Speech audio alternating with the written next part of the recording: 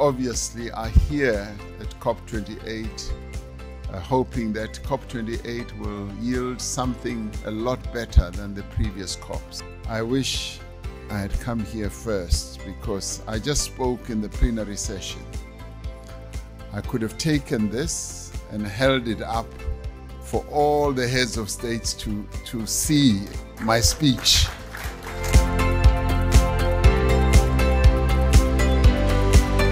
Team Climate, to everybody present here at the launch of the South African Pavilion in Dubai, the United Arab Emirates.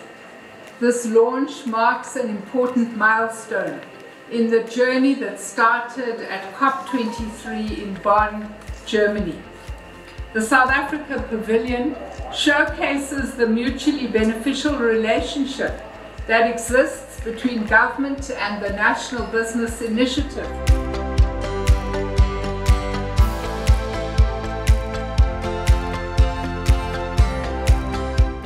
So we are very excited, obviously, for this experience in COP28. As a bank, we are very involved in terms of energy finance as an integral part of our ESG strategy. And just being here, sharing, listening, and reflecting on the journey that we are on as a bank in terms of playing our role in terms of our ESG plans has been very refreshing. These are critical partnerships. As you know, for example, as a private entity, we would not necessarily have access to COP, but through the invitation of the South African government and also through the association with the NBI, the National Business Initiative, we're able to participate, we're able to provide a voice, perspectives in terms of the deliberations here. It's also critical that we also appreciate the fact that, collaboration is the buzzword of the 21st century. And in particularly when you take into consideration, the challenges that we have to overcome and the solutions that we need to come up with, which are robust, but ensure that they are co-created. So NBI, amongst many of its talents, provides that ability as well to assist us in that co-creation. This is our Umlibo tapestry that we made. We heard the world talking about climate change, and we didn't know that climate change, what it is. And then when we met the scientists through WWF, who commissioned us to do this work, and also with the group of governing of Flanders, they give us the opportunity of making this beautiful Umlibo artwork talking about climate change.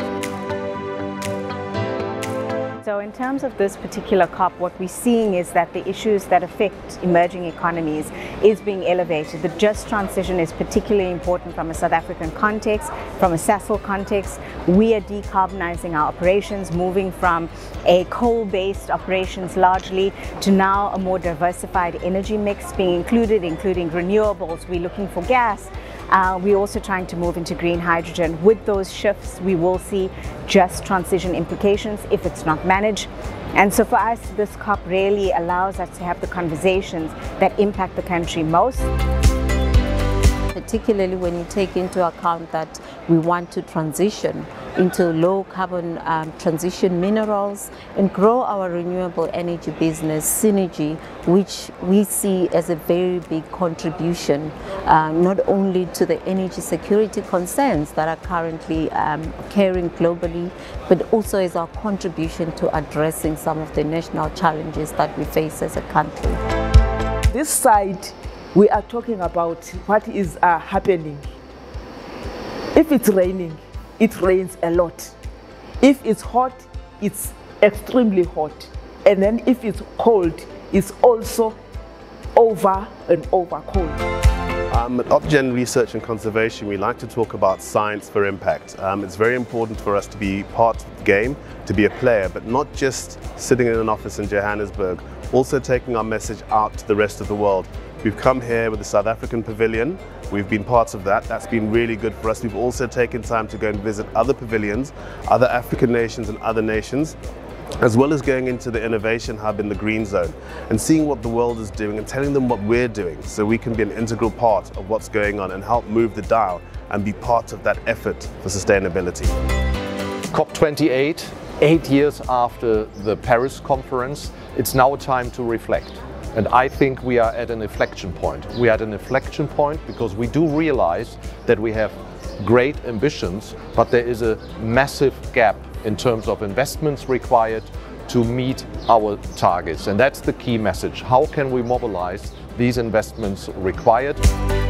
So coming to the other side, that's where we are going to, because we want to reach the 1.5 degrees Celsius that we are talking about and the climate change. The NBI's economic inclusion team is here this year because we have been doing a significant amount of work around skills, around working with entrepreneurs and SMEs within the green economy.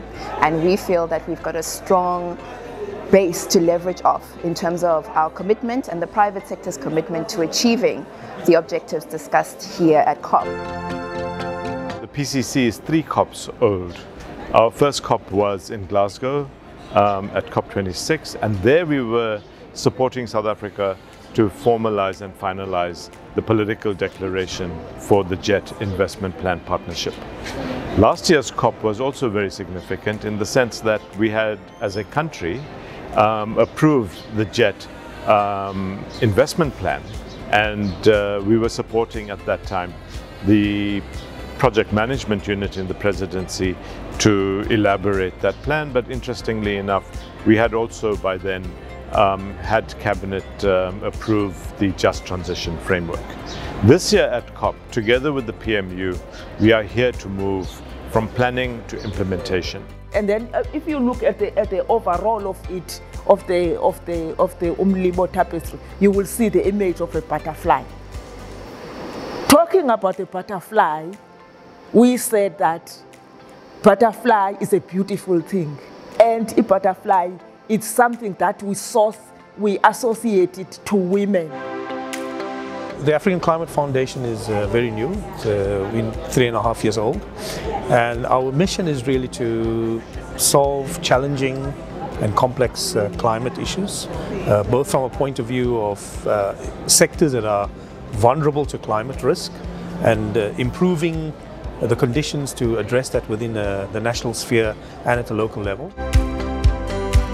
I think this COP is very important because the world is realizing just how important it is to maintain that 1.5 degrees Celsius limitation, and that not meeting our carbon emissions goals has dire effects for the generations to come. And at this moment, South Africa is at the front and center of the conversation, as we have been in the past, and we keep on maintaining that position as a country that's good at negotiating. This COP is almost a COP in 3 parts. I've seen a lot more bankers present, particularly South African bankers at the COP. So very much you can see the innovation around, or the interest in how do we find new financing solutions. I think a lot more innovation is necessary from the finance market.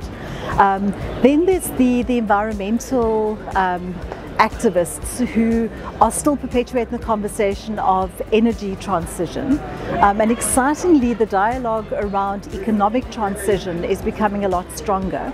So we've seen the Coalition of the Willing, which is a collective of businesses who are looking at how we can unlock new industrial pathways and add value to product in country.